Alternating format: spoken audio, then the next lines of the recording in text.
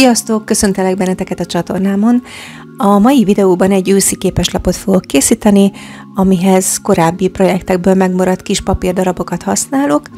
Egy vágósablon segítségével faleveleket vágok ki. Színvilágban igyekeztem olyat összegyűjteni, ami számomra így az őszi avarnak a színeit, árnyalatait mutatja.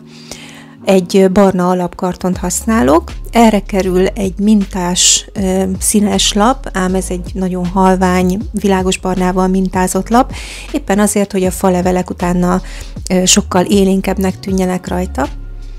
Egy barna nyomdapárna és egy ecset segítségével egy kis kontúrt adok minden levélnek, így összhatásában olyan lesz a látvány, mint ahogy a természetben is barnulnak ezek a levelek.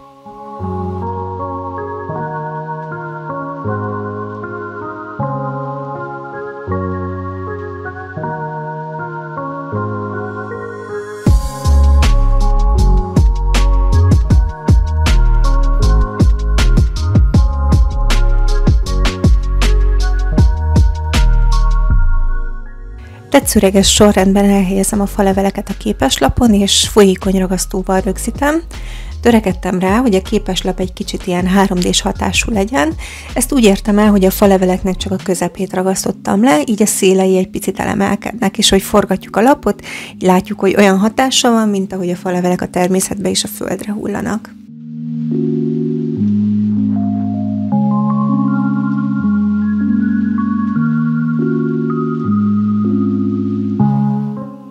Feliratnak egy boldog névnapot táblácskát választottam, és egy barna karton segítségével egy kis kontúrt is adok neki. Erre azért van szükség, mert a képeslap háttere, illetve a felirat háttere is elég világos, és egymásra ragasztva ezek egybefolynának. Ezzel a barna kontúra egy kicsit kiugrik a lapból, illetve ezt még fokoztam azzal is, hogy kétoldalú ragasztóból is ilyen szivacsosat választottam, ami egy néhány millis kis elemelkedés eredményez, illetve a képeslapot befejezésképpen néhány narancsárga strasszkővel díszítettem.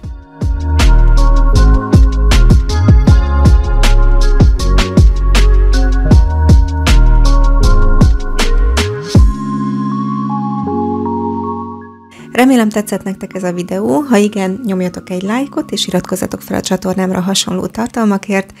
A következő videóig nagyon szép időszakot kívánok nektek, sziasztok!